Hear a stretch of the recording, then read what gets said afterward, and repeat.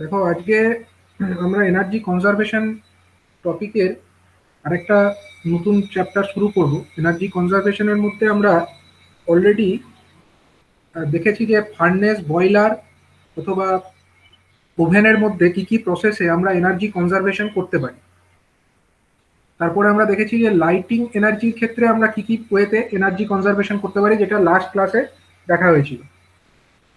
তো আজকে আমরা দেখব যে energy conservation technique used in ventilation and air conditioning system. ঠিক আছে, ventilation and air conditioning system. তো আমি এখানে একটা জ্যাম বোর্ড ওপেন করছি।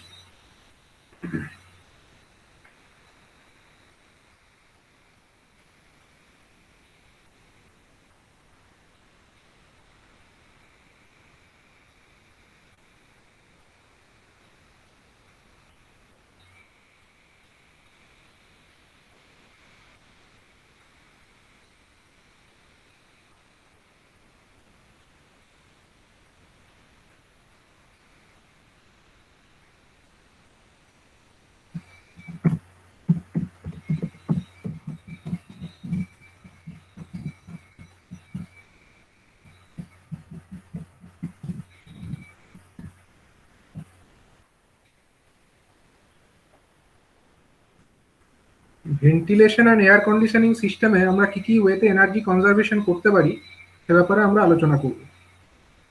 তো প্রথমে এই যে টোটাল প্রসিডিওর, যেটা ভেন্টিলেশন অ্যান্ড এয়ার কন্ডিশনিং আমাদের সিলেবাসে আছে, তার সঙ্গে আরেকটা কম্পোনেন্ট যোগ হয়। অ্যাকচুয়াল প্র্যাকটিসে যেটা হয় সেটা হচ্ছে heating, ventilation and air conditioning. ঠিক আছে, এটা নিয়ে হচ্ছে টোটাল জিনিসটাকে একসাথে বলা হয় এবং এটাকে সংক্ষেপে বলা হয় HVAC. HVAC stands for heating, ventilation and air conditioning. ঠিক আছে, এবার এই এইচভিএসি সিস্টেমের কাজটা কি? এইচভিএসি সিস্টেম এর কাজ হচ্ছে কোনো একটা ইনডোর এনভায়রনমেন্ট, অর্থাৎ কোনো একটা পার্টিকুলার এনক্লোজড জায়গার মধ্যে, ঘরের ভেতরে বা অন্য কোনো একটা এনক্লোজড জায়গার মধ্যে একটা proper temperature, humidity, air flow maintain করা, এয়ার ফিল্টারিং প্রসেসটাকে কমপ্লিট করা, এগুলো হচ্ছে এইচভিএসি সিস্টেমের মেন কাজ। এবার এই যে air pressure, sorry, air and temperature, মানে যে এয়ারটাকে আমরা কন্ডিশন করে proper temperature and relative humidity maintain করব, তার জন্য কি কিছু মেকানিক্যাল প্রসিডিওর তার জন্য ইনভলভ থাকে। ঠিক আছে, এবার এই যে এইচভিএসি করা হয় কেন? এইচভিএসি করা হয় যে মানে মানুষকে থার্মাল কমফোর্ট প্রোভাইড করার জন্য। কারণ যে হিউম্যান বডি সেটা একটা কমফোর্ট ফিল করে যদি টেম্পারেচারটা সামার সিজনে টেম্পারেচারটা যদি 25 ডিগ্রি সেলসিয়াসে থাকে, তাহলে হিউম্যান বডি সেটাকে কমফোর্ট ফিল করে। আবার উইন্টার সিজনে এটা 20 ডিগ্রি সেলসিয়াসের মতো যদি টেম্পারেচার মেনটেন রাখা যায়, তাহলে কমফোর্ট ফিল করতে পারে।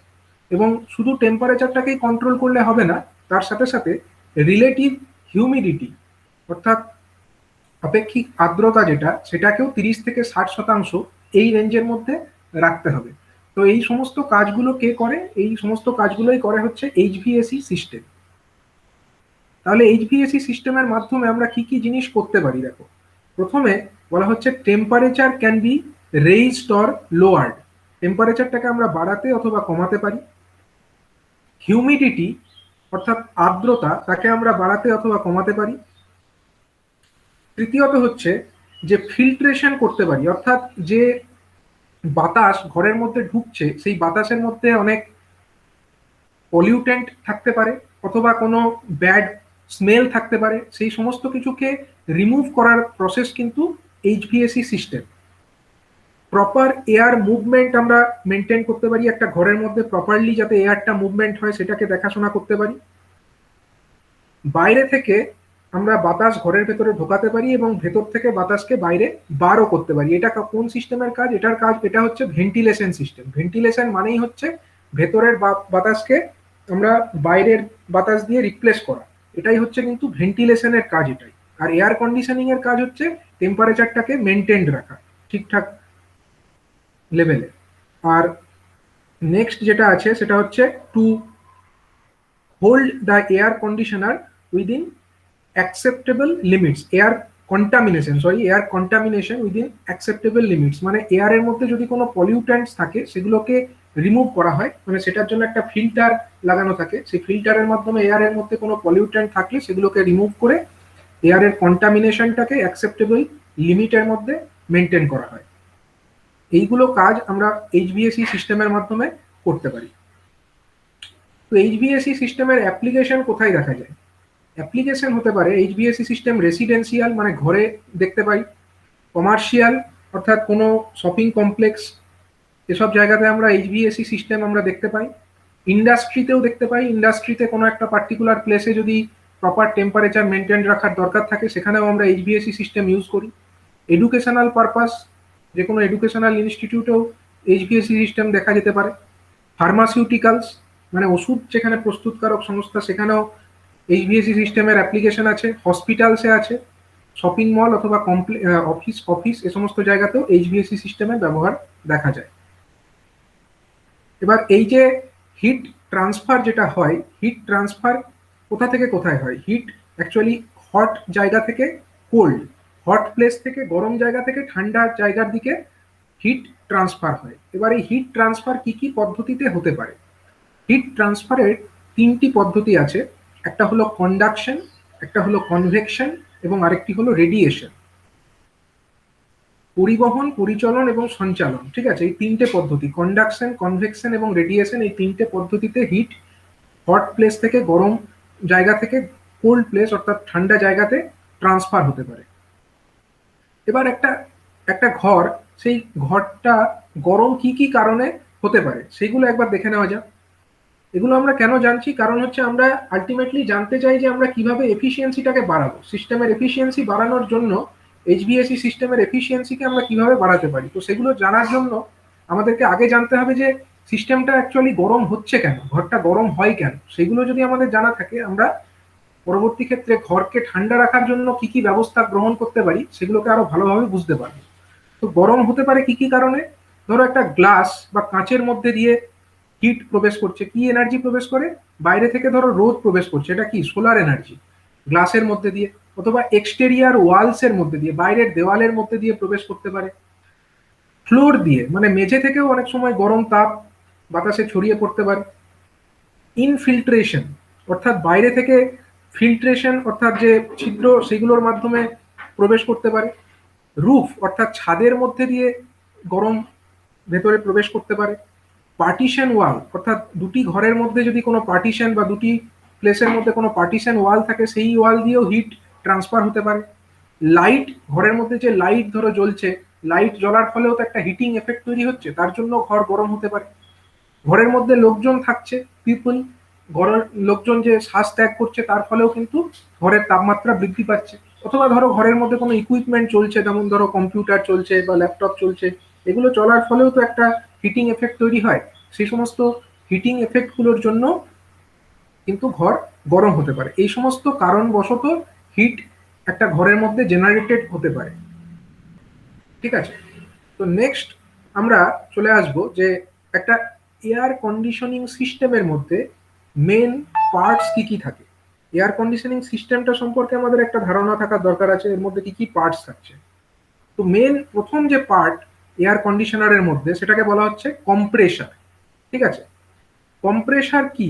কম্প্রেসার হচ্ছে এয়ার কন্ডিশনার সিস্টেমের হার্ট বলা যেতে পারে, এটাই হচ্ছে মেন জিনিস কম্প্রেসার। এবং এটা কি করে? It pumps refrigerant and oil through the system. এটা কিন্তু রেফ্রিজারেন্ট অর্থাৎ যেটা যে জিনিসটা ঠান্ডা করে, যেটা ঠান্ডা করার জন্য যে এলিমেন্টটা থাকে তাকে বলা হয় রেফ্রিজারেন্ট। সেই রেফ্রিজারেন্টকে এটা পাম্প করে, কম্প্রেসার সেটাকে পাম্প করে। এবং এর আরেকটি কাজ হচ্ছে it separates the high pressure side of the system and the low pressure side. মানে একটা সিস্টেমের দুটো দিক থাকে, একটা হচ্ছে একটা দিকে প্রেশার বেশি আর একটা দিকের প্রেশার হলো কম। তো এই দুটো দিকের প্রেশারকে বা দুটো দিককে সেপারেট কে করে? কম্প্রেসার করে। কম্প্রেসার কি করে? কোনো একটা গ্যাসকে ধরো কম্প্রেস করছে, কম্প্রেস করলে কি হবে? তার প্রেশারটা বৃদ্ধি পাবে এবং এইভাবে সেটা তার একদিকে ইনলেটের দিকে হয়তো কম প্রেশার থাকছে, প্রেশার কম থাকছে, বাইরের দিকে আউটলেটের দিকে প্রেশারটা বেশি থাকছে। And if it fails then no cooling will take place. মানে এটা যদি ফেল করে যায়, কম্প্রেসার যদি ফেল করে যায়, তাহলে কিন্তু কোনো কুলিংই পসিবল নয়। তাহলে প্রথম বা মেজর পার্ট যেটা এয়ার কন্ডিশনিং সিস্টেমের, সেটা হচ্ছে কম্প্রেসর। নেক্সট যে পার্ট সেটা হচ্ছে কন্ডেন্সার। কন্ডেন্সার কি? কন্ডেন্সার দেখতে পাচ্ছ এইরকম একটা পাইপের মতো বাঁকানো জিনিস, ঠিক আছে, অনেকগুলো কয়েল থাকে, কয়েলের মতো একটা বাঁকানো জিনিস। তো কন্ডেন্সার হচ্ছে, it is condenser coil is what gets rid of the heat of the system. এটার জন্যই কিন্তু সিস্টেমের যে হিট, সেটা কিন্তু মানে এটা হিটটাকে রিমুভ করে। And it can be water cooled. এই যে কম্প্রেসার, সরি, এই যে কন্ডেন্সার, এই কন্ডেন্সারটা হতে পারে এটা ওয়াটার কুলড, অথবা এটা হতে পারে এয়ার কুলড। ঠিক আছে, যদি এটা ওয়াটার কুলড হয় তাহলে এটা ঘরের ভেতরেই থাকবে, আর যদি এটা আউটসাইড অ্যাটমসফিয়ারে থাকে, বাইরে অবস্থিত হয়, তখন এটা হবে এয়ার কুল টাইপের। দুরকম টাইপের কন্ডেন্সার হতে পারে। এটা হতে পারে ওয়াটার কুলড, অথবা এটা হতে পারে air cooled. And it traps the dirt and it requires preventive maintenance and cleaning. এই যে কন্ডেন্সারটাকে মধ্যে কিন্তু অনেক সময় বিভিন্ন রকমের যে নোংরা, সেগুলো জমা হতে থাকে, এবং এগুলোর মধ্যে যদি নোংরা জমা হয় তাহলে কি হবে, এর ভেতর দিয়ে কিন্তু যে রেফ্রিজারেন্ট, যেটা ঠান্ডা করার যে কাজ করে, যে রেফ্রিজারেন্ট, সেই রেফ্রিজারেন্ট সহজে পাস হতে পারবে না। তার ফলে রেফ্রিজারেন্ট পাস না হতে পারলে ঠিকমতো কিন্তু এর যা কাজ, সেই কাজটা সম্পূর্ণ হবে না। তার জন্য এই যে কন্ডেন্সার, সেই কন্ডেন্সারকে মাঝে মধ্যে মেনটেনেন্স করার দরকার আছে এবং ক্লিনিং এর প্রয়োজন আছে। নেক্সট যে এলিমেন্ট একটা এয়ার কন্ডিশনিং সিস্টেমে থাকে, সেটাকে বলা হয় ইভাপোরেটর। ইভাপোরেটর কথাটার মানে কি? ইভাপোরেট, যেটা কাউকে, মানে এটা হচ্ছে কোনো লিকুইডকে ভেপারে কনভার্ট করে, তাকেই বলা হয় ইভাপোরেটর। তাহলে ইভাপোরেটরের মেন কাজ কি কি? ইট provides cooled air to the space. এটার জন্যই কিন্তু অ্যাকচুয়ালি যে ঠান্ডা বাতাস, সেটা বাইরে চলে আসে। এটা যে জায়গাটাকে আমরা ঠান্ডা করতে চাই, সেই জায়গায় যে ঠান্ডা বাতাসটা আসবে, সেটা কোথা থেকে আসবে? সেটার কাজটা কিন্তু করছে ইভাপোরেটরই করছে। এবং it is located after the system air filters. Air filter যেটা থাকে, এয়ার ফিল্টারের কাজ কি? এয়ার ফিল্টার হচ্ছে বাতাসের মধ্যে যাতে কোনো রকমের কোনো পলিউটেন্ট অথবা কোনো পার্টিকেল, সেগুলো যেন ভেতরে না প্রবেশ করে, সেগুলোকে রিমুভ করবার জন্য কিন্তু এই এয়ার ফিল্টারটা থাকছে। এবং এই এয়ার ফিল্টারের পরে কে থাকছে? ইভাপোরেটর থাকছে। And it removes the moisture from the air. মানে এটা হচ্ছে এয়ারের মধ্যে যেটা কন্ডেনসেটের কাজ করে, সেখান থেকে ময়েশ্চারটাকেও কিন্তু রিমুভ করে দেয়। এবং এয়ারের মধ্যে থেকে যদি ময়েশ্চারটা রিমুভ করে, কারণ কি? কারণ হচ্ছে আমাদের যে কমফোর্টটা কিন্তু একটা নির্দিষ্ট হিউমিডিটি লেভেল থাকলে তবেই মেনটেন থাকে। হিউমিডিটি যদি অতিরিক্ত বেশি হয়ে যায়, আমরা কিন্তু কমফোর্ট পাবো না। তো যেহেতু এয়ার কন্ডিশনিং এর কাজের ক্ষেত্রে আমরা প্রথমেই বলেছি, এটার কাজ একদিকে যেমন তাপমাত্রাটাকে কমানো, অন্যদিকে কিন্তু একটা নির্দিষ্ট লেভেলে ময়েশ্চারটাকে মেনটেন করা, বা রিলেটিভ হিউমিডিটিটাকেও একটা নির্দিষ্ট লেভেলে মেনটেন করা। তো সেই কাজটার জন্য দরকার কি? ময়েশ্চারটাকে বাতাস থেকে রিমুভ করার দরকার আছে। তো সেই কাজটা কে করে? ইভাপোরেটর করে। And it also traps dust or dirt in the filters, so it requires preventive maintenance. মানে এর মধ্যেও কিন্তু অনেক সময় নোংরা জমা হতে থাকে, এবং যে কারণে এটারও কিন্তু প্রিভেন্টিভ মেইনটেনেন্স করার দরকার আছে। নেক্সট পার্টটা হচ্ছে ইভাপোরেটর ফ্যান। এটাকে একটা ফ্যান, মানে এটা একটা মোটরের সঙ্গে লাগানো আছে ব্লেড, এইভাবে দেখানো হয়েছে। তো ইভাপোরেটর ফ্যানের কাজ কি? It is located behind or in front of the evaporator coil. এটা ইভাপোরেটরের যে কয়েল, তার সামনে অথবা পিছনে লাগানো থাকে, এবং এর কাজ হচ্ছে এটা বাতাস থেকে যে অ্যাম্বিয়েন্ট এয়ার, এটাকে টেনে নেয়, মানে পারিপার্শ্বিক যে বাতাস, সেটাকে টেনে নেয় এবং ইভাপোরেটর কয়েলের কাছাকাছি সেটাকে নিয়ে আসে। এবং ইভাপোরেটর কয়েলের কাছাকাছি নিয়ে এলেই তবেই সেই বাতাস থেকে যে তাপ, সেই তাপটা ইভাপোরেটর কয়েল শোষণ করতে পারে এবং সেই বাতাসটাকে ঠান্ডা করতে পারে। এবং আর একটা খুব ইম্পর্টেন্ট কম্পোনেন্ট আছে এয়ার কন্ডিশনিং সিস্টেমে, সেটাকে বলা হয় থার্মাল এক্সপানশন ভালভ। এটা একটা ভালভের ছবি, এবং এটাকে সিম্বলিক্যালি এরকম ভাবে দেখানো হয়। ঠিক আছে, এটা হচ্ছে ধরো ইনলেট, এবং এটা হচ্ছে ভালভের আউটলেট। ঠিক আছে, এটা হচ্ছে সাপোজ একটা থার্মাল এক্সপানশন ভালভ। এবং এটা কোথায় থাকে, এটা হচ্ছে ইভাপোরেটর কয়েলেই থাকে, and it provides the correct amount of refrigerant to the evaporator coil for proper cooling। মানে ইভাপোরেটর কয়েলের কাজটা তো হচ্ছে বাতাসকে ঠান্ডা করা, তো বাতাসকে ঠান্ডা করবার জন্য কতটা বাতাস থাকলে কতটা পরিমাণে রেফ্রিজারেন্ট দিতে হবে বা কতটা পরিমাণে কুলিং এজেন্ট তার মধ্যে ইনজেক্ট করতে হবে, সেটাকে সেন্স করে কিন্তু এই থার্মাল এক্সপানশন ভালভ, এবং সঠিক পরিমাণে যতটা রেফ্রিজারেন্টের প্রয়োজন ততটা রেফ্রিজারেন্ট এই থার্মাল এক্সপানশন ভালভ তাকে দেয়। এবং এটা কি করে, it also separates the high pressure side of the system from the low pressure side. এটাও কিন্তু এক্সপানশন ভালভ। এক্সপানশন মানে কি, এর ভেতর দিয়ে গেলে সেটা এক্সপান্ডেড হচ্ছে, আয়তনে বৃদ্ধি পাচ্ছে। এবং এক্সপানশন ভালভেরও তার মানে একটা কাজ হচ্ছে, একদিকের প্রেসার হচ্ছে কম আর একদিকের প্রেসার হচ্ছে বেশি, তার মানে একটা হাই প্রেসার সাইড আর একটা হচ্ছে লো প্রেসার সাইড, দুদিকের যে সাইড সেই দুটো সাইডকে সেপারেট কে করে না, থার্মাল এক্সপানশন ভালভ সেটাকে সেপারেট করে। And its failure can cause compressor failure and loss of cooling capacity.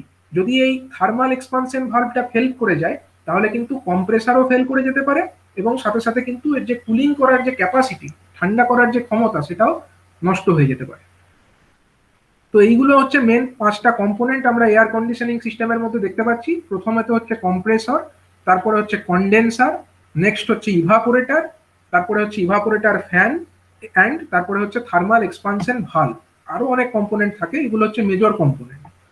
তো তারপরে আমরা চলে আসছি একটা রেফ্রিজারেশন একটা সাইকেল, মানে যে কুলিং যে প্রসেসটা হচ্ছে সেই প্রসেসটা কি মানে কিভাবে হচ্ছে সেটা একবার আমরা এই ছবির মাধ্যমে দেখে নেব। আমরা অলরেডি কম্পোনেন্ট গুলো জানি। এটা ধরো কম্প্রেসার, এটা আমরা দেখেছি। তারপরে হচ্ছে কন্ডেন্সার কয়েল, এটা হচ্ছে সেই কন্ডেন্সার কয়েল গুলো, ঠিক আছে। এরপরে এইটা দেখানো আছে, দেখো একটা এক্সপানশন ভালভ, আর এইটা হচ্ছে কি কয়েল, এই কয়েলটা হচ্ছে ইভাপোরেটর কয়েল, ঠিক আছে। তো এবার এই যে রেফ্রিজারেশন বা এয়ার কন্ডিশনিং সেই প্রসেসটা কিভাবে হচ্ছে সেটা একবার দেখে নেওয়া যাক। ধরো এটা হলো কম্প্রেসার।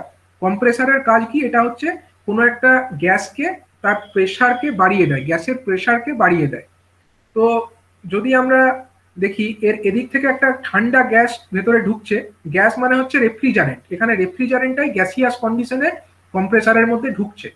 আর কম্প্রেসারের এই যে সাইডটা, এই যে একটা মাঝে যে দাগ টানা আছে, একটা ডটেড লাইন দেখো দেখানো আছে, এই ডটেড লাইনের এই দিকটা কিন্তু লো প্রেসার সাইড আর এই দিকটা হচ্ছে হাই প্রেসার সাইড, এটা মনে রাখতে হবে। তো প্রথমে দেখো বাঁদিকে লো প্রেসার সাইড থেকে কুলার গ্যাস মানে হচ্ছে রেফ্রিজারেন্ট যেটা আছে সেটা গ্যাসিয়াস অবস্থায় কম্প্রেসারের ভেতরে ঢুকছে। এবার কম্প্রেসার কি করছে, কম্প্রেসার কিন্তু ওই গ্যাসটাকে চাপ দিচ্ছে, চাপ দিয়ে তার মানে বাতাসের যে চাপ সেটাকে বাড়িয়ে দিচ্ছে। এবার আমরা কি জানি, বাতাসের যে চাপ পি, আমরা এটা জানি তো, পি ভ্যারিজ অ্যাজ পি, আমরা জানি যে পি ভ্যারিজ অ্যাজ টি। তাহলে যদি চাপ বাড়ে তাহলে কি হবে, তাপমাত্রা বৃদ্ধি পাবে। যদি চাপ বাড়ে তাহলে তাপমাত্রা বৃদ্ধি পাবে। তার মানে কি, এখান দিয়ে যে গ্যাসটা ঢুকলো সেটা কম তাপমাত্রার ছিল, এবং এখান দিয়ে যে গ্যাসটা বেরিয়ে আসবে কম্প্রেসার থেকে তার তাপমাত্রা কিন্তু বেশি হবে। এবার এই যে বেশি তাপমাত্রা মানে খুব গরম হয়ে যাওয়া যে গ্যাস, যেটা কিন্তু অ্যাকচুয়ালি রেফ্রিজারেন্ট, সেই গ্যাসটা কোথা দিয়ে আসবে, এই কন্ডেন্সার কয়েলের মধ্যে দিয়ে আসবে। কন্ডেন্সার কয়েল এই যে পাকানো পাকানো আছে, এতটা বড় এরকম পাকানো থাকার কারণ কি, কারণ হচ্ছে আমরা চাইছি যে এই যে হট গ্যাস যেটা আছে সেটাকে যতটা সম্ভব ঠান্ডা করতে। এটাকে ঠান্ডা কিভাবে করব, যত মানে রেডিয়েশন পদ্ধতিতে এই যে যখন এর মধ্যে দিয়ে আসবে সেই তাপটা সে চারিদিকে রেডিয়েট করবে। এবং এই রেডিয়েশনটাকে সহযোগিতা করবার জন্য আমরা এখানে একটা ফ্যান ব্যবস্থা করতে পারি। এখানে একটা যদি ফ্যানের ব্যবস্থা করা হয়, সেই ফ্যানটা কি করবে, বাতাস বাইরে থেকে যে পরিপার্শ্বিক যে এয়ার তাকে এখানে টেনে আনবে। এয়ারকে এখানে টেনে আনলে কি হবে, ঠান্ডা বাতাস সেটা এই যে এই যে কন্ডেন্সার কয়েলের মধ্যে দিয়ে ফ্লো হচ্ছে যে হট গ্যাস, সেই হট গ্যাসের তাপটাকে কিছুটা শোষণ করে নেবে। এবং তার ফলে কি হবে, যে কন্ডেন্সার কয়েলের মধ্যে থাকা যে গ্যাসটা তাপমাত্রা তার এখানে যতটা তাপমাত্রা ছিল সেই তাপমাত্রাটা ক্রমশ ক্রমশ যখন এর ভেতর দিয়ে যাবে সেটা কমতে শুরু করবে।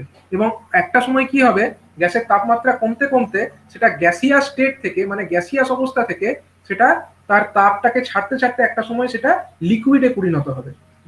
গরমই থাকবে, হট লিকুইডই থাকবে, কিন্তু তার তাপমাত্রাটা অনেকটা মানে এটা গ্যাস গ্যাস অবস্থা থেকে লিকুইডে পরিণত হলো, মানে অনেকটা তাপ কিন্তু এই যে বাতাসটা সেই বাতাসটা শোষণ করে নিল। এটা কিন্তু বাইরে অবস্থিত থাকে। যদি আমরা একটা এয়ার কন্ডিশনিং সিস্টেম দেখি, এটা কিন্তু ঘরের বাইরে থাকবে, এই যে ব্যবস্থাটা এটা কিন্তু ঘরের বাইরে দিকে অবস্থিত থাকবে। এবং এবং তার ফলে কি হবে, সেই যে লিকুইড মানে এই যে হট গ্যাস যেটা ছিল, যেটা অ্যাকচুয়ালি রেফ্রিজারেন্ট, সেটা কিন্তু একটা সময় লিকুইডে পরিণত হলো। এবার এই যে লিকুইড, এটা কোথায় এলো, এটা ঢুকে গেল আমার এক্সপানশন ভালভের মধ্যে। এবার এই এক্সপানশন ভালভ, এক্সপানশন কথাটা শুনেই মনে হচ্ছে কি আয়তন বৃদ্ধি পাবে, আয়তনে এটা এটা বৃদ্ধি হবে এবং এর ফলে কি হবে, এর কিন্তু চাপটা কমে যাবে। এদিকটা যদি আয়তন আমরা একে বড় হতে দিই, তার মানে কি এটার অ্যাকচুয়ালি কি হবে, ভলিউম বাড়লে এর প্রেসারটা কিন্তু কমে যাবে। তার মানে এদিকটা ছিল আমার হাই প্রেসার সাইড, এদিকটা কিন্তু হয়ে গেল আমাদের লো প্রেসার সাইড। তার মানে এখানে লিকুইডটা ছিল গরম অবস্থায় ছিল, কিন্তু এদিকে যখন এলো তার তাপমাত্রাটা কিন্তু কমে গেল, কারণ এদিকটায় কি হলো, আমার প্রেসারটা কিন্তু কমে গেছে। প্রেসার কমে গেলে পি ভ্যারিজ টি আমরা তো জানি, তার মানে কি টেম্পারেচারটাও কমে গেছে। এবার এই যে লিকুইড যেটা এখানে গরম ছিল সেটা এখানে ঠান্ডা হয়ে গেল, এবং সেই ঠান্ডা হয়ে যাওয়া লিকুইডটা তার মধ্যে আরো কিন্তু এক্সেস অ্যামাউন্ট অফ রেফ্রিজারেন্ট কে অ্যাড করবে, এক্সপানশন ভালভ থেকে কিন্তু আরো এক্সট্রা রেফ্রিজারেন্ট এর মধ্যে ইনজেক্ট করবে। তার জন্য কি হবে, এটার তাপমাত্রাটা কিন্তু আরো কমে যাবে। এবং যখনই এর তাপমাত্রা আরো কমে যাবে এবং যখনই এটা এই নলের মতো অংশ দিয়ে প্রবাহিত হবে, তখন কি হবে, মানে এটা লিকুইড অবস্থায় ছিল, লিকুইড অবস্থা থেকে কিন্তু এটা চেষ্টা করবে যে কিছুটা তাপ সংগ্রহ করার চেষ্টা করবে। এবং এইখানে ইভাপোরেটর কয়েলের এখানেও একটা ফ্যান থাকে, এখানে আমরা দেখিয়েছি আর একটা ফ্যান থাকে। সেই ফ্যানটাকে কি ফ্যান বলে, সেটাকে বলে ইভাপোরেটর ফ্যান। সেই ইভাপোরেটর ফ্যান কি করবে, চারদিক থেকে, এটা ঘরের ভেতরে থাকছে, ধরো ঘরের ভেতরের অংশে ইভাপোরেটর ফ্যান বাইরে থেকে যে পারিপার্শ্বিক যে গরম বাতাস, সেই গরম বাতাসকে ইভাপোরেটর কয়েলের কাছাকাছি নিয়ে আসছে। এবং ইভাপোরেটর কয়েলের কাছাকাছি যখন সেটা নিয়ে আসছে, তখন ইভাপোরেটর কয়েল এই যে গরম বাতাস সেখান থেকে কিছুটা পরিমাণে তাপ শোষণ করছে, এবং তাপ শোষণ করে কি করছে, এই যে কুল লিকুইড মানে ঠান্ডা যে লিকুইড, সেই লিকুইডটা তাপ শোষণ করে কিন্তু কুল গ্যাসে পরিণত হচ্ছে। এবং গ্যাসে যখন পরিণত হচ্ছে, তার জন্য তাপ তো তাকে শোষণ করতে হচ্ছে। সেই তাপটা সে কোথা থেকে শোষণ করবে, মানে লিন তাপ একটা শোষণ করতে হয়, তো গ্যাসিয়াস স্টেট থেকে লিকুইড স্টেট থেকে গ্যাসিয়াস স্টেটে যেতে গেলে কিছুটা লেটেন্ট হিট বা লিন তাপ শোষণ করতে হয়। সেটা কোথা থেকে শোষণ করবে, ইভাপোরেটর যে এখানে যে গরম বাতাসটা আসবে সেই বাতাস থেকে সংগ্রহ করবে। এবং তার ফলে কি হবে, সেই বাতাস যেটা আছে সেই বাতাসের তাপমাত্রাটা কিন্তু কমে যাবে, এবং এই যে গরম ঠান্ডা বাতাস, এই ঠান্ডা বাতাসটা কিন্তু ঘরের ভেতরে চারিদিকে ছড়িয়ে পড়বে, এবং ঘরের ভেতরটাকে কিন্তু এই পদ্ধতিতে এটা ঠান্ডা অবস্থায় বজায় রাখবে। এবং এটাই হচ্ছে একটা রেফ্রিজারেশন সিস্টেমের মেন কম্পোনেন্ট বা মেন কম্পোনেন্টের কি কি ফাংশন, সেটা আমরা এখানে দেখে নিলাম। এটা বুঝতে পারলে সবাই? স্যার এক্সপানশন ভাব থেকে একটু বলে ভালো হতো। এক্সপানশন ভালভের কাজ হচ্ছে কি, এক্সপানশন ভালভ মানে হচ্ছে ওটা ভলিউমটাকে এক্সপ্যান্ড করছে। এক্সপ্যান্ড মানে কি, আয়তন প্রসারণ করছে, প্রসারণ, ঠিক আছে। এবং তার ফলে কি হচ্ছে, আয়তনে যদি এটা বাড়ে তার মানে চাপটা কমবে, তো পি ভ্যারিজ 1/v না, চাপটা তো কমে যাবে। আবার আমরা কি জানি যে প্রেসারের সঙ্গে পি তোমার হচ্ছে ওই টেম্পারেচারটাও, এখানে কিন্তু আরো কিছু পরিমাণে রেফ্রিজারেন্টও অ্যাড হচ্ছে এখানে, ঠিক আছে। এক্সপানশন ভালভের ওখানে আরো কিছুটা রেফ্রিজারেন্টও, ঠান্ডা যেটা জিনিস সেটা কিন্তু এখানে অ্যাডও হচ্ছে।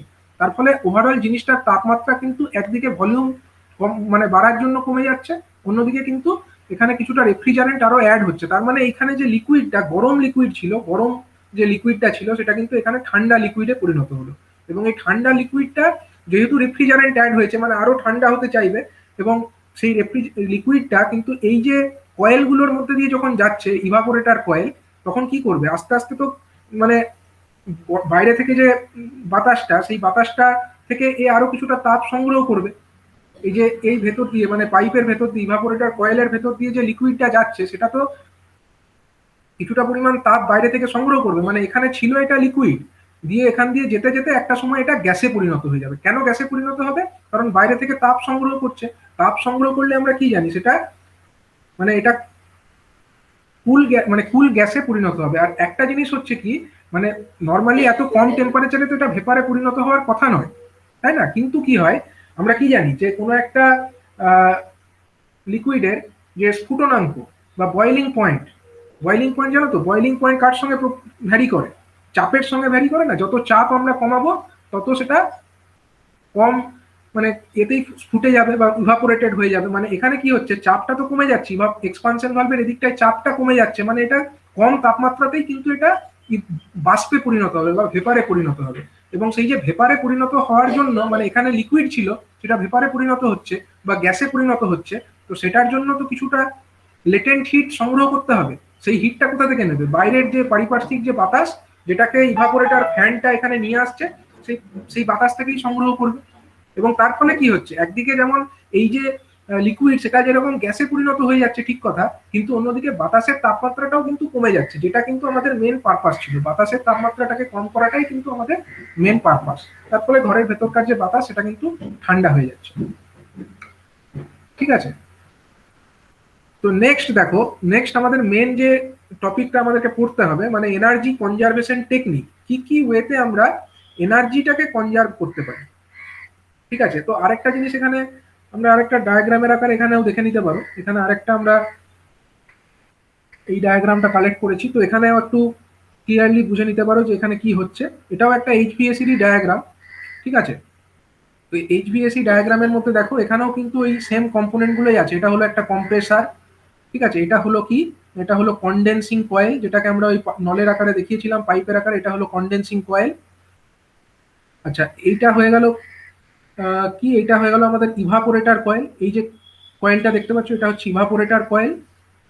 ঠিক আছে, এই যে ভালভটা, এটা হচ্ছে আমাদের এক্সপানশন ভালভ। এবং এইখানে একটা দেখো ব্লোয়ার আছে, যেটা ইভাপোরেটর ফ্যান আমরা বলছিলাম, সেটাকে এখানে একটা ব্লোয়ার হিসাবে দেখানো হয়েছে। এবার দেখো এখানেও কিন্তু দুটো পার্টিশন আছে। এই যে মাঝের যে ডটেড লাইনটা দেখতে পাচ্ছ, ডটেড লাইনের এই দিকের বাঁ দিকের অংশটা, এটা কি লেখা আছে, ইনসাইড, মানে এটা ঘরের ভেতরে থাকছে।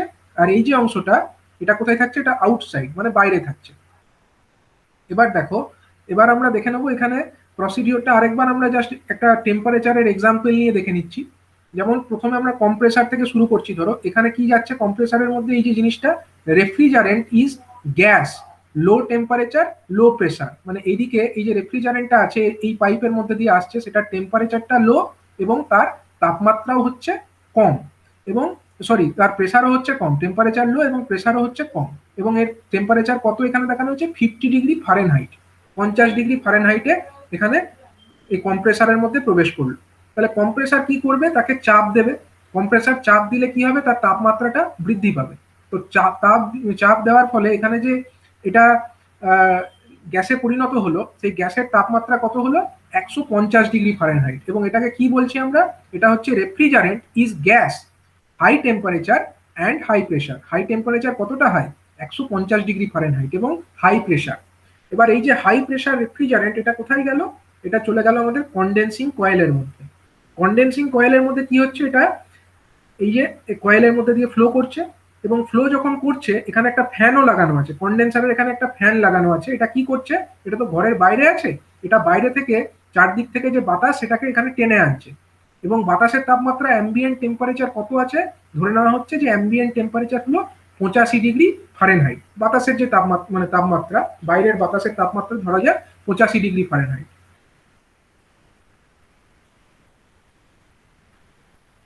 তো 85 ডিগ্রি ফারেনহাইটের এই যে এটা হচ্ছে বাইরের বাতাস।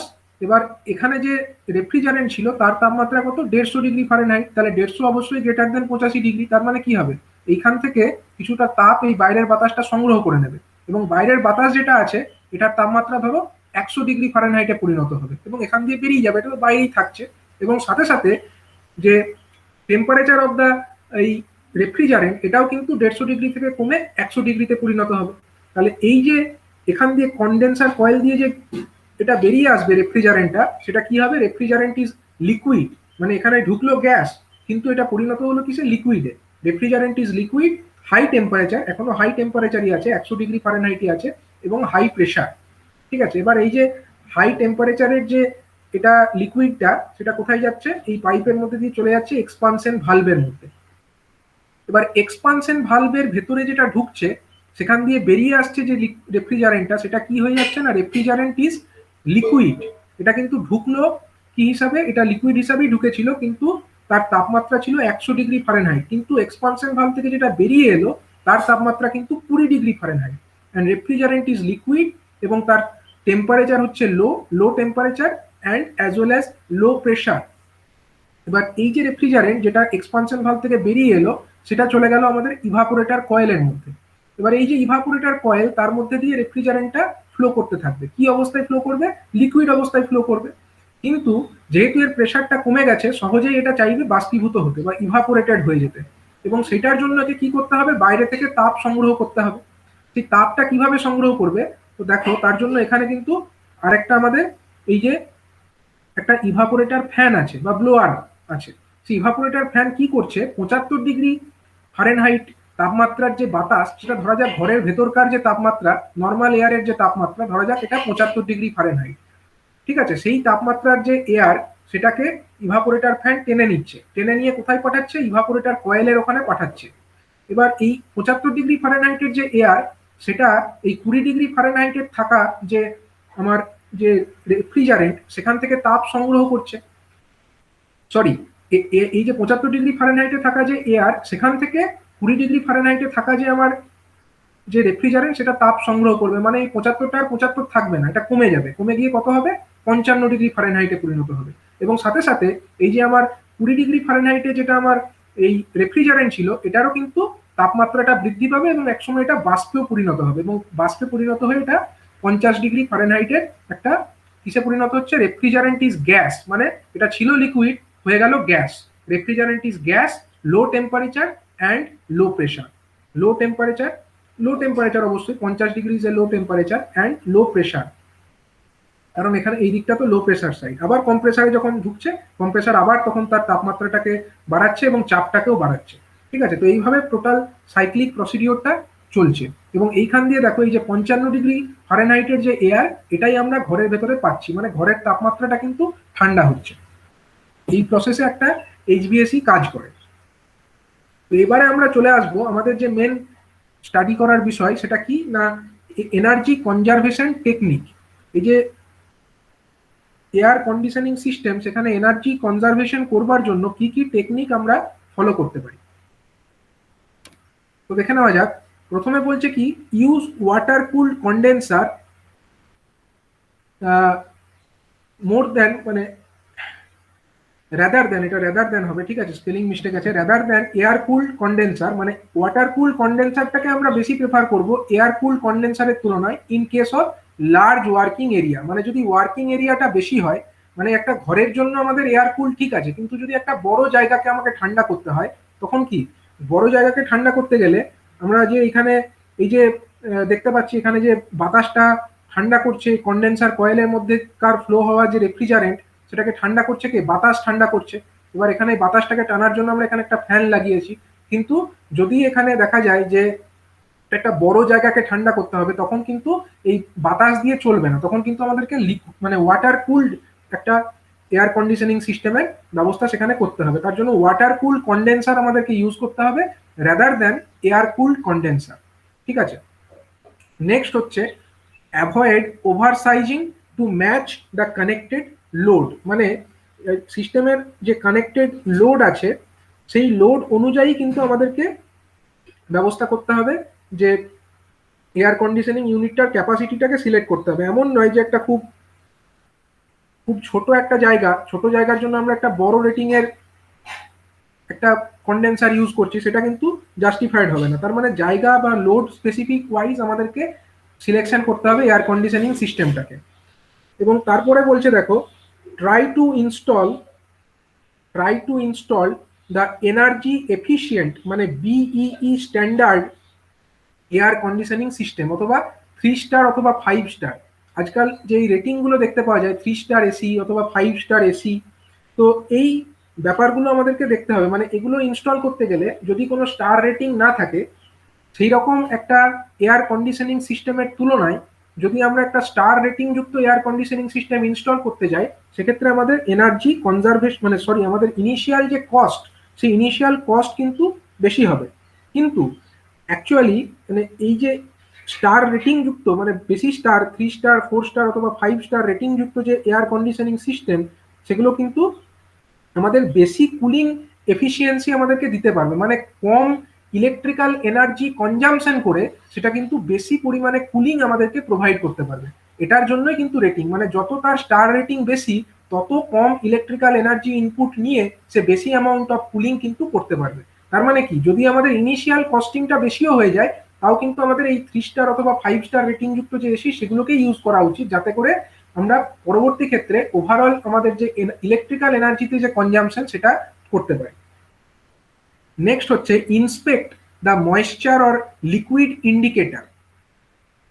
if moisture is present in the air then air conditioning will not be proper। যদি ময়েশ্চার বেশি থাকে, ময়েশ্চার বেশি থাকে মানে কি, ময়েশ্চারের মধ্যে কি থাকে বলো, ময়েশ্চার মানে অ্যাকচুয়ালি তার মধ্যে তো লেটেন্ট হিট কিছুটা থাকে বাতাসের মধ্যে। ময়েশ্চার মানে সেই ময়েশ্চারকে যদি আমাকে ঠান্ডা করতে হয় তার মানে তার মধ্যে কিন্তু অলরেডি কিছুটা পরিমাণে লেটেন্ট হিট অলরেডি আছে। জল বাষ্পে পরিণত হয়ে তবেই তো ময়েশ্চারে পরিণত হয়, মানে লিকুইড স্টেট থেকে সেটা কিন্তু গ্যাসিয়াস স্টেটে গেছে তবেই সেটা ময়েশ্চারে পরিণত হয়েছে। মানে কি, তার মধ্যে অবশ্যই কিছুটা লেটেন্ট হিট বা লিন তাপ আছে। এবার যদি ময়েশ্চার বেশি থাকে তার মানে কি, সেটাকে ঠান্ডা করতে গেলে আমাকে অলরেডি তার যে টেম্পারেচার কমানোর জন্য যতটা লাগছে আমাদের এফোর্ট যতটা লাগার লাগছে, কিন্তু তারই সাথে সাথে তার যে লেটেন্ট হিট মানে গ্যাসিয়াস স্টেট থেকে আবার লিকুইড স্টেটে আনবার জন্য কিছুটা অ্যামাউন্ট অফ যে লেটেন্ট হিট সেটাকেও আমাকে কালেক্ট করতে হবে। তো তার মানে কি, আমাদেরকে বেশি এফোর্ট দিতে হবে। তার মানে ময়েশ্চার যদি কন্টেন্ট থাকে প্রথমে চেষ্টা করতে হবে ময়েশ্চারটাকে প্রথমেই ফিল্টার আউট করে নেওয়ার, যাতে করে ময়েশ্চার কন্টেন্ট কম থাকলে আমাদের যে এয়ার কন্ডিশনিং যে ইউনিট আছে তাতে কিন্তু কম এফোর্ট লাগবে। তারপরে বলছে দেখো maintain the proper system boundary, মানে যে জায়গাটাকে কুলিং করতে চাওয়া হচ্ছে সেই জায়গার যে বাউন্ডারি সেটাকে কিন্তু প্রপার থাকতে হবে, মানে একটা প্রপার সেপারেশন যেন থাকতে হবে। কারণ কি, overseeing the system boundary by heating and cooling to designated spaces can improve HVAC efficiency by up to 20%। মানে যদি ধরো একটা পার্টিকুলার জায়গাকে আমাকে ঠান্ডা করতে হয় সেটার জন্য আমাদের যতটা এফোর্ট লাগবে তার আমরা এমনও তো করতে পারি একটা বড় জায়গাকে ঠান্ডা করার জন্য একটা বড় এয়ার কন্ডিশনিং সিস্টেম লাগালাম, সেটাও করতে পারি। কিন্তু দেখা গেছে যে একটা বড় জায়গাকে যদি আমরা এয়ার কন্ডিশনিং করতে চাই সেক্ষেত্রে আমাদের যতটা পরিমাণে মানে আমাদের যে এফিসিয়েন্সি পাওয়া যাচ্ছে এয়ার কন্ডিশনিং ইউনিট থেকে সেটার তুলনায় কিন্তু যদি আমরা স্পেসিফিক ছোট জায়গা ওয়াইজ আমরা যদি এরকম করতে পারি যে এয়ার কন্ডিশনিং করি তার এফিসিয়েন্সি কিন্তু প্রায় 20% বেশি হবে। এবং the boundaries can be adjusted according to the operating environment and season। মানে যে সমস্ত জায়গাগুলোতে সেম ধরনের অপারেটিং এনভায়রনমেন্ট আছে, সাপোজ ধরো একটা বিল্ডিং, সেই বিল্ডিং এর মধ্যে তো অনেকগুলো স্পেস আছে। ধরো একটা অফিস বিল্ডিং এর মধ্যে কিছু কিছু কোর অফিস ডিপার্টমেন্ট আছে, আবার কিছু কিছু ধরো দক্ষিণ মুখী একটা কিছু ঘর জায়গা আছে, কিছু কিছু ঘর আছে, সেগুলো কিন্তু তুলনামূলকভাবে অনেক ঠান্ডা। এবার তার তুলনায় যে অন্যান্য ফেসিং যে ঘরগুলো আছে সেগুলো কিন্তু তাপমাত্রা অনেক বেশি। তার মানে যদি এরকম একটা প্রপার জোন ওয়াইজ ডিভিশনটা করা যায় যে কোর অফিস গ্রুপগুলোকে কোর অফিস বিল্ডিং গুলোকে একটা এয়ার কন্ডিশনিং ইউনিটের মধ্যে আমরা রাখবো, আবার যে পুরো যে সাউথ ফেসিং যে ঘরগুলো আছে সেগুলোকে আমরা আরেকটা এয়ার কন্ডিশনিং ইউনিটের মধ্যে রাখবো। মানে এইভাবে প্রপার ওয়েতে যদি সেগুলোকে জোন ওয়াইজ ডিভিশন করে দেওয়া যায় তাতে করে কি হবে, আমাদের যে এয়ার কন্ডিশনিং যে ইউনিটগুলোকে আমরা ইনস্টল করব তাতে এনার্জি এফিসিয়েন্সি কিন্তু বেশি হবে। ঠিক আছে। And a loading area may not be heated or cooled at all depending on time of the air. মানে এমন হতে পারে যে কোনো একটা পার্টিকুলার জায়গা সেই জায়গাতে হয়তো ঠান্ডা করার দরকারই নেই, বছরের কোনো একটা নির্দিষ্ট সময়ে হয়তো সেই ঘরটাকে বা সেই স্পেসটাকে ঠান্ডা করার কোনো দরকারই নেই। অথচ যদি আমরা একটা টোটাল সিস্টেমটাকে একটা এসি দিয়ে বা এয়ার কন্ডিশনিং ইউনিটের মধ্যে রাখি তাহলে তো সেই জায়গাটাও ঠান্ডা হবে, অথচ সেখানে ঠান্ডা করার প্রয়োজনীয়তাই নেই। তো সেইগুলোকে আমাদেরকে সেপারেট আউট করতে হবে। নেক্সট হচ্ছে কি, maintain daily seasonal thermostat set points. ধরো এ প্রোগ্রামেবল থার্মোস্ট্যাট কি করে, একটা টেম্পারেচার একটা সার্টেন টেম্পারেচারে তার থার্মোস্ট্যাটের সুইচটা অপারেট করে। ঠিক আছে, তো একটা প্রোগ্রাম করা যায় এরকম একটা থার্মোস্ট্যাট পজিশন করা যেতে পারে to regulate the air current and temperature to provide reasonable comfort level at various times of the year, creates an economical heating and cooling operation. যদি এরকম কোনো একটা প্রোগ্রামেবল থার্মোস্ট্যাট ব্যবস্থা করা যায় যেটা কি করবে, একটা নির্দিষ্ট তাপমাত্রায় যদি পৌঁছে যায় সেই রকম তাপমাত্রায় পৌঁছে গেলে সেটা অটোমেটিক্যালি এয়ার কন্ডিশনারটাকে বন্ধ করে দেবে। যেটা এখন এয়ার কন্ডিশনিং এ আমরা দেখতে পাই যে একটা নির্দিষ্ট তাপমাত্রায় পৌঁছে গেলে থার্মোস্ট্যাট অটোমেটিক্যালি এয়ার কন্ডিশনিং ইউনিটটাকে বন্ধ করে দেবে এবং সেখানে এয়ার কন্ডিশনিং এর প্রয়োজন থাকবে না। মানে সেই সময়কার যে এনার্জি কনজারভেশন, ইলেকট্রিক্যাল এনার্জির যে কনজাম্পশন, সেটা কিন্তু কমে যাবে। এবং এইভাবে adjusting the temperature setting for rooms through the day and night can save 10% of energy consumption. মানে টোটাল যে এনার্জি কনজাম্পশন, যদি সবসময় যদি এয়ার কন্ডিশনিংটা চলতো, তার বদলে যদি এরকম থার্মোস্ট্যাটের উপরে ভিত্তি করে যে এয়ার কন্ডিশনিং, সেটাকে যদি অন অফ করা যায় প্রোগ্রামিং এর মাধ্যমে, তাহলে প্রায় 10% পর্যন্ত এনার্জি কনজাম্পশনকে কমানো সম্ভব। নেক্সট হচ্ছে use automatic control where ever possible. Automatically controlling the speed, output and run time of the HVAC system such as fan, chiller, compressor motor, it allows the entire system to be controlled so as to provide an appropriate amount of heating and cooling. এটার মানে কি? এটার মানে হচ্ছে air conditioning ইউনিটের মধ্যে আমরা অনেক রকমের ফ্যান দেখতে পেয়েছি, ফ্যান অথবা মোটর দেখতে পাই। একবার দেখে নেওয়া যাক এই ছবিটা। সরি, এই যে ছবি আমরা দেখতে পাচ্ছি, এখানে দেখো, এখানে কি এই যে ব্লোয়ারের জন্য একটা মোটর আছে, আবার এই যে কম্প্রেসারের এখানেও মোটর আছে, আবার হচ্ছে এখানে যে ফ্যান ব্যবহার করা হচ্ছে, ফ্যানটাও তো মোটরের মাধ্যমেই চলছে। আবার এটা আমরা একটা ছোট জায়গার জন্য দেখতে পাচ্ছি। যদি একটা বড় জায়গা হতো, যদি একটা লার্জ স্পেস হতো, তাহলে তো আমরা এয়ার কুলিং এর মাধ্যমে করতে পারতাম না। কন্ডেন্সারকে আমরা খালি বাতাসের মাধ্যমে ঠান্ডা করবো, এটা হতো না। তখন আমাদেরকে ওয়াটার কুলিং এর ব্যবস্থা করতে হতো, এবং ওয়াটার কুলিং এর জন্য কিন্তু আমাদের একটা জিনিসের দরকার হয়, তাকে বলা হয় চিলার। সেই চিলার কি করে? ঠান্ডা জল সাপ্লাই করবে এবং কন্ডেন্সার কয়েলের যে তাপ, সেটাকে সেই ঠান্ডা জল শোষণ করে আবার ফেরত চলে যাবে। মানে সেই চিলারকে আমাকে চালাতে হবে, তার সঙ্গে সঙ্গে কম্প্রেসারকে চালাতে হবে, ফ্যানকে চালাতে হবে, ইভাপোরেটর ফ্যানকে চালাতে হবে। তাহলে এতগুলো আমাদের মোটর চালানোর জায়গা আছে, এবং সেই সমস্ত মোটরগুলোকে যদি আমরা সবসময় তার ফুল ক্যাপাসিটিতে চালাই, তাহলে কি হবে? ইলেকট্রিক্যাল এনার্জি বেশি খরচ হবে। কিন্তু যদি আমরা এমন সিস্টেম করি, যখন আমাদের সিস্টেমের যা রিকোয়ারমেন্ট, সেই অনুযায়ী এই ফ্যানের স্পিডগুলো যদি কন্ট্রোল করা যায়, যদি আমরা একটা ভ্যারিয়েবল ফ্রিকোয়েন্সি ড্রাইভ এখানে ব্যবহার করতে পারি, তাহলে কি হবে? যখন আমাদের ঘরের ভেতরে তাপমাত্রা বেশি কম করার প্রয়োজন নেই, তখন আমরা কি করব? বেশি পরিমাণে আমরা এই ইভাপোরেটর যে ব্লোয়ার, সেটাকে কম স্পিডে রান করাবো, অথবা কম্প্রেসারকে আমরা কম স্পিডে রান করাবো। মানে এই যে কম্প্রেসার অথবা ইভাপোরেটর অথবা চিলার, সেগুলোকে আমরা ইচ্ছা মতো তার স্পিডগুলোকে কন্ট্রোল করতে পারবো। কখন পারবো? যদি আমরা ভ্যারিয়েবল ফ্রিকোয়েন্সি ড্রাইভ ইউজ করি। তাহলে এইগুলোকে ইনস্টল করতে হবে। এগুলো ইনস্টল করলে ওভারঅল আমাদের যে এনার্জি কনজারভেশন, সেটাকে আমরা সাকসেসফুলি অ্যাচিভ করতে পারবো। এবং এটা কিন্তু ছোট ঘরের বা রেসিডেন্সিয়াল লোডের ক্ষেত্রে বলা হচ্ছে না, এটা হচ্ছে ধরো একটা লার্জ স্পেস। অনেক সময় তো ইন্ডাস্ট্রিতে ইউজ করা হয়, তো ইন্ডাস্ট্রিতে যে এয়ার কন্ডিশনিং সিস্টেম, সেই সমস্ত বড় লার্জ স্পেসে কিন্তু এই ধরনের যে ড্রাইভ সিস্টেম যদি ইনস্টল করা যায়, সেগুলোর মাধ্যমে কিন্তু অনেকটা এনার্জি কনজারভেশন করা সম্ভব। নেক্সট হচ্ছে দেখো, রেফ্রিজারেটরটা তো কি একই রকমের মানে প্রসেস? হ্যাঁ, রেফ্রিজারেশনে তো একই প্রসেস। মানে এটাই তো রেফ্রিজারেশন এবং এয়ার কন্ডিশনিং তো সিমিলার না। মানে রেফ্রিজারেশন প্রসেসের মাধ্যমেই আমরা এয়ার কন্ডিশনিংটাকে করছি, বুঝতে পারছো? তো নেক্সট দেখো, maintain the equipment set points. Ensure that equipment set points are reasonable to achieve desired comfort levels and they are not working more than necessary. মানে ইকুইপমেন্ট যেগুলো আছে, আমাদের ইকুইপমেন্টের সেট পয়েন্টগুলোকে ঠিকঠাকভাবে আমাদেরকে রাখতে হবে, যাতে আমরা ডিজায়ার্ড কমফোর্ট লেভেল আমরা পাই। ডিজায়ার্ড কমফোর্ট লেভেল মানে কি? আমরা আগেই দেখেছি একটা হিউম্যান কমফোর্ট কত ডিগ্রিতে হয়। সামার সিজনে 25 ডিগ্রি সেলসিয়াস এবং উইন্টার সিজনে 20 ডিগ্রি সেলসিয়াস, অ্যান্ড হিউমিডিটিটা থাকবে 30 থেকে 60% মধ্যে। এইরকম রেঞ্জের মধ্যে থাকলে আমরা কমফোর্ট পাই। তো সেই রকম হিউম্যান কমফোর্ট লেভেল পাওয়ার জন্য আমাদের ইকুইপমেন্টে কিরকম কি সেটিং করে রাখার দরকার আছে, সেগুলোকে আমরা করে রাখবো। যদি সেটিং করে রাখা হয় এরকম ভাবে, তাহলে কি হবে?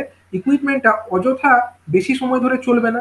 তাতে কি হবে? ইকুইপমেন্টের যে ওয়ার্কিং টাইম, সেটা কিন্তু কমে যাবে। এবং ওয়ার্কিং টাইম কমে যাওয়া মানে বুঝতেই পারছো যে ইকুইপমেন্টকে রান করানোর জন্য যে ইলেকট্রিক্যাল এনার্জি আমাদের লাগতো, সেটা আমাদের কম লাগবে এবং কম লাগলেই আমরা এনার্জি সেভিং করতে পারবো। নেক্সট হচ্ছে কি adjust and set HVAC operation for seasonal change.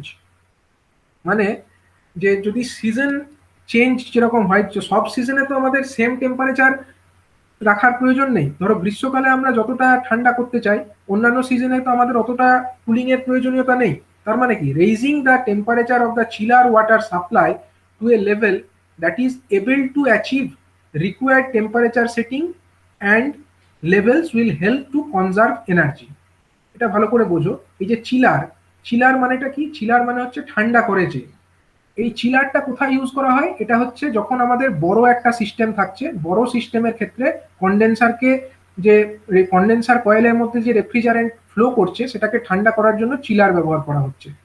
এবার এই যে চিলার, সেই চিলারের মধ্যে কি থাকছে? জল ঠান্ডা হচ্ছে। এবার এই ঠান্ডা জল, মানে জলকে ঠান্ডা করবার জন্য সেখানেও আমাদেরকে রেফ্রিজারেশন করতে হচ্ছে, না হলে তো ঠান্ডা হবে না। চিলারের মধ্যেও আমাদেরকে একটা সেকেন্ডারি রেফ্রিজারেশন করতে হচ্ছে, তবে গিয়ে সেই ঠান্ডা জলটা আমরা পাচ্ছি, যেটাকে আমরা এই কন্ডেন্সার কয়েলকে ঠান্ডা করার কাজে ব্যবহার করতে পারছি।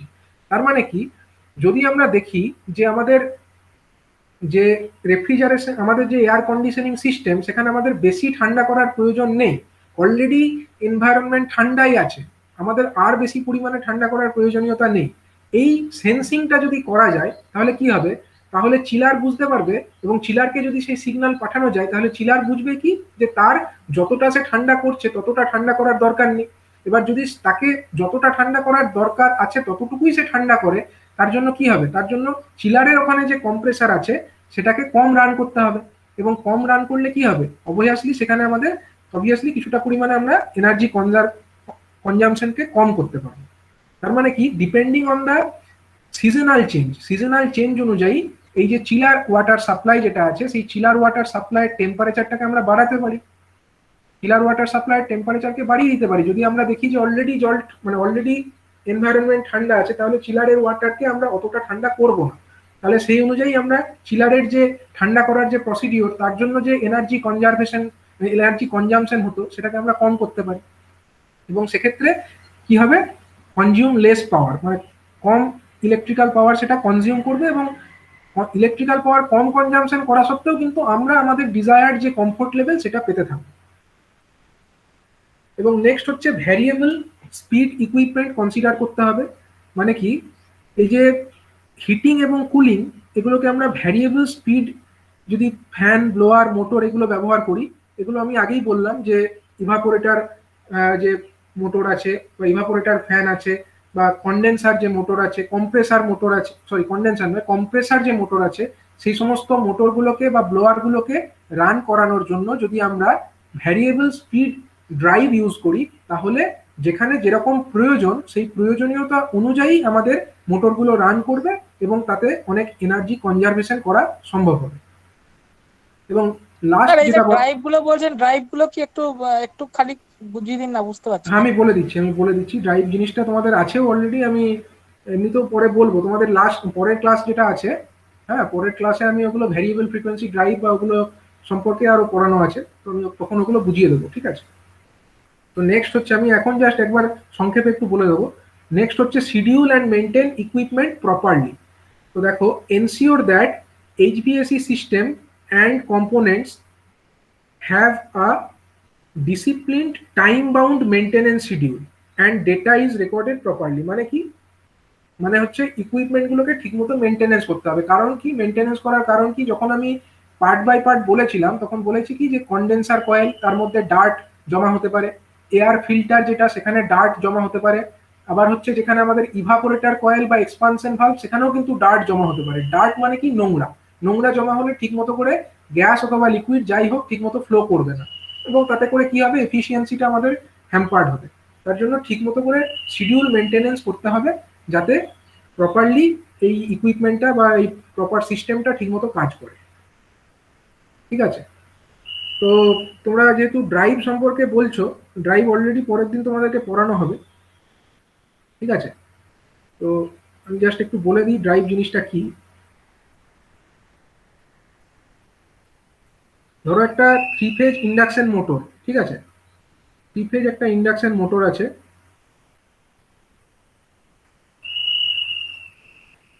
হ্যাঁ, 3 ফেজ ইন্ডাকশন মোটরকে আমরা কি করতে পারি, এই 3 ফেজ ইন্ডাকশন মোটরের থেকে আমরা কি পাই, মোটর ঘুরলে এখানে একটা টর্ক জেনারেটেড হয়, তাই তো? এখানে লোড টর্ক আমরা অ্যাপ্লাই করি, তাই তো? এখানে আমরা লোড টর্ক অ্যাপ্লাই করি মোটরের যে শ্যাফট সেখানে। এবার ধরো এই যে মোটরটা কোথা থেকে আসছে, মোটরটাকে আমরা 3 ফেজ সাপ্লাই দিচ্ছি, তবে তো মোটরটা চলছে। এবার ধরো এই যে লোড মানেটা কি, এখানে আমাদের লোডটা কে বলো তো? এই যে ঠান্ডা করছি, ঠান্ডা করার জন্য আমাদের মানে ধরো একটা ফ্যান চলছে, এই যে ইভাপোরেটর ফ্যান, সেই ইভাপোরেটর ফ্যানের মাধ্যমে আমরা কি করছি, ভেতরের যে বাতাস সেটাকে আমরা টেনে এনে ইভাপোরেটর কয়েলের কাছে পাঠাচ্ছি, তাই তো? এবার যদি আমরা দেখি যে ঘরের তাপমাত্রা অলরেডি কম আছে, তার মানে কি আমাদের বেশি পরিমাণে এয়ারকে টেনে আনার দরকার নেই। মানেটা কি, আমাদেরকে এই মোটরের উপরে যে লোডটা আছে বা মোটরের মাধ্যমে আমরা এখানে কি, মোটরের মাধ্যমে তো আমরা একটা সাপোজ ফ্যান বা ব্লেডকে রান করাচ্ছি, মুভ করাচ্ছি, তার মানে বেশি পরিমাণে আমাদের এয়ার সার্কুলেশনের দরকার নেই, কম দরকার আছে, তার মানে লোডটা কমে যাচ্ছে। কিন্তু আমরা এমন কোনো কন্ট্রোল করছি না, মোটরটা যেরকম স্পিডে ঘোরার সেরকম স্পিডেই এটা মোটরটা ঘুরতে থাকছে। তাহলে কি হবে, মোটরটা ঘুরতেই থাকবে এবং মোটরে যা এনার্জি কনজাম্পশন হওয়ার সেটা হতেই থাকবে। কিন্তু যদি আমরা এমন একটা সিস্টেম করতে পারি যেটা কি করবে, যে বাইরে কতটা লোড আছে সেটাকে সেন্স করবে, এবং সেটাকে সেন্স করে কি করবে, ধরো মোটরের মধ্যে আমরা যদি এরকম একটা সিস্টেম করি যে এখানে ডাইরেক্ট আমরা সাপ্লাইটা না দিয়ে এখানে একটা বক্সের মতো একটা, সাপোজ আমি একটা ব্ল্যাক বক্স ড্র করছি, এটা ধরো আমাদের ড্রাইভ, ঠিক আছে? ড্রাইভের মধ্যে কি থাকবে, এটা হলো সাপোজ ড্রাইভ, ঠিক আছে? এই ড্রাইভের মধ্যে কি থাকবে, অনেক পাওয়ার ইলেকট্রনিক ডিভাইস থাকবে, ঠিক আছে? পাওয়ার ইলেকট্রনিক ডিভাইস মানে কি, তোমরা পাওয়ার ইলেকট্রনিক্স যে সাবজেক্ট সেখানে তোমরা পড়বে, সেখানে আমি আগের ইয়ারে তোমাদেরকে বেসিক ইলেকট্রনিক্সে পড়েছিলাম ডায়োড, তোমরা এখানে পড়বে থাইরিস্টার বলে একটা জিনিস পড়বে, ঠিক আছে? থাইরিস্টার অথবা এসসিআর বলে জিনিস পড়বে, ঠিক আছে? তো এই এসসিআর এর মাধ্যমে কি করা যায়, এসসিআর এ না একটা ফায়ারিং অ্যাঙ্গেল বলে একটা জিনিস হয়, ঠিক আছে? এসসিআর এর মধ্যে ফায়ারিং অ্যাঙ্গেল বলে একটা জিনিস হয়, মানে ডায়োডের ক্ষেত্রে কি হয়, আমরা ধরো এখানে একটা ভোল্টেজ দিলাম, ঠিক আছে? সাপোজ আমরা এখানে একটা এসি ভোল্টেজ অ্যাপ্লাই করলাম, ডায়োড হলে কি হতো, ডায়োড হলে শুধুমাত্র আমার একটা হাফ সাইকেল ফ্লো করতো আর একটা হাফ সাইকেল করতো না, তাই তো? সেটাই হতো।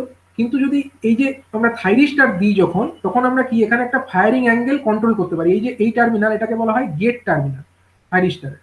এই গেট টার্মিনালকে কন্ট্রোল করে আমরা কতটা অ্যাঙ্গেল জুড়ে এই মানে আউটপুটটা পাবো সেটাকে কন্ট্রোল করতে পারি। ধরো আমাদের ইনপুটটা এরকম আছে, আমরা আউটপুটটা চাইলে এই এতটুকু আমরা আউটপুট নেব, বাকিটা আমরা নেব না, মানে এই পুরো হাফ সাইকেলও এতটা, ডায়োড হলে কিন্তু এতটা গোটাটা আসতো, কিন্তু থাইরিস্টারে আমরা চাইলে ধরো এতটুকুই নেব, আমরা সাপোজ এইটুকু আউটপুটই নেব, এরকম করতে পারি। তার মানে কি, মানে এই যে ড্রাইভ, এর ভেতরে এরকম পাওয়ার ইলেকট্রনিক ডিভাইস থাকে, পাওয়ার ইলেকট্রনিক ডিভাইসগুলো মেনলি থাইরিস্টার বা আরো উন্নত কিছু সুইচিং ডিভাইস যেরকম আইজিবিটি বা এগুলো দ্বারা নির্মিত হয়, ঠিক আছে? তো সেগুলো কি করে, সেগুলো হচ্ছে আমাদের এইখানে লোডের প্রয়োজনীয়তাটাকে সেন্স করে সেই মতো করে এই যে ফায়ারিং অ্যাঙ্গেল, মানে এই যে গেটের মধ্যে যে পালসটা আছে সেটাকে কন্ট্রোল করে, এবং ফায়ারিং অ্যাঙ্গেল কন্ট্রোল করলে কতটা অংশ জুড়ে এই পাওয়ারটা এখানে ঢুকবে, হয়তো পুরো হাফ সাইকেল এখানে ঢুকলোই না, কিছুটা অংশ জুড়ে ঢুকলো, কিছুটা অংশ ঢুকলোই না। এবার তোমরাই বলো, যদি পুরোটা জুড়ে ঢুকতো, যদি একটা সাইকেল পুরো আসে, তাহলে কি এইটা হলো আমাদের এতটা ভোল্টেজ, এতটাই কারেন্টই হবে, তার মানে পাওয়ার কত হবে, এই এতটা অংশ জুড়ে আমাদের পাওয়ার কনজাম্পশন হবে। অন্যদিকে যদি আমরা ফায়ারিং অ্যাঙ্গেল অ্যাডজাস্ট করে এরকম করে দিই, এইটুকু অংশ জুড়ে আমাদের খালি পাওয়ারটা ঢুকবে, তখন কি হবে, শুধু আমাদের এইটুকু পাওয়ার কনজাম্পশন হবে। মানে বুঝতেই পারছো যে এইখানে যতটা পাওয়ার কনজাম্পশন হতো, এইখানে কিন্তু পাওয়ার কনজাম্পশনের পরিমাণটা অনেকটা কমে গেল। কিভাবে কমলো, কারণ আমরা এখানে ড্রাইভ ইউজ করেছি বলে। ড্রাইভ ইউজ করার জন্য মোটরের মধ্যে যে ইনপুট পাওয়ার যেটা ঢুকছে সেটাকে কিন্তু আমরা কন্ট্রোল করতে পারছি। এবং সেই কন্ট্রোলিংটা হচ্ছে কিভাবে, কন্ট্রোলিংটা হচ্ছে লোডের ওপরে ভিত্তি করে, মানে লোড থেকে কোনো একটা আমরা ইকুইপমেন্ট এখানে লাগাবো বা সেন্সার এখানে লাগাবো, যেটা সেন্স করবে যে কতটা লোড আছে, এবং সেই সেন্সিং সিগন্যালটা চলে যাবে কোথায়, সেই সিগন্যালটা চলে যাবে আমাদের গেটে, ঠিক আছে? এখানে কোনো আমাদের যে মাইক্রো প্রসেসর বা মাইক্রো কন্ট্রোলার, বেশ কিছু মাইক্রো কন্ট্রোলার থাকবে যেগুলো কিনা এই গেট পালসকে কন্ট্রোল করবে, এবং সেই গেট পালস কন্ট্রোলটাই হচ্ছে এই ড্রাইভ, ঠিক আছে? ড্রাইভের মধ্যে বেসিক্যালি গেট পালসগুলোকেই কন্ট্রোল করবে, এবং তার ফলে মোটরের মধ্যে কতটা এনার্জি অ্যাকচুয়ালি ঢুকবে বা কতটা পাওয়ার অ্যাকচুয়ালি ঢুকবে সেটা কিন্তু কন্ট্রোল হয়ে যাবে। এবং কন্ট্রোল হলে বুঝতেই পারছো, যদি আমাদের দরকার মতো মোটরটা চলে, এমন নয় যে সবসময় ফুল স্পিডে চলে গেল, তাহলে কি হবে, আমাদের মোটরটা কিন্তু কম এনার্জি কনজাম্পশন করবে, এবং কম এনার্জি কনজাম্পশন করলে আমরা আমাদের যা ডিজায়ার্ড যে আমাদের এনার্জি কনজারভেশনটা হোক সেটা আমরা করতে পারবো। ঠিক আছে, তো তোমরা ডিটেলসে ড্রাইভ সম্পর্কে পড়বে, তোমাদের একটা সাবজেক্ট আছে, ঠিক আছে, ওই যে ইউটিলাইজেশন অফ ইলেকট্রিক পাওয়ার, সেখানে ডিটেলসে ড্রাইভ সম্পর্কে তোমাদের আছে। ঠিক আছে, তো আজকে আমি এতটুকুই রাখছি। নেক্সট ডেতে আমরা নেক্সট পার্ট যেটা এনার্জি এফিশিয়েন্ট মোটর এবং এই সমস্ত টপিকগুলো শুরু করবো, এবং সেখানে drive variable frequency drive use করে কিভাবে এনার্জি কনজারভেশন করা যায় সেটাও আমরা দেখব। ঠিক আছে।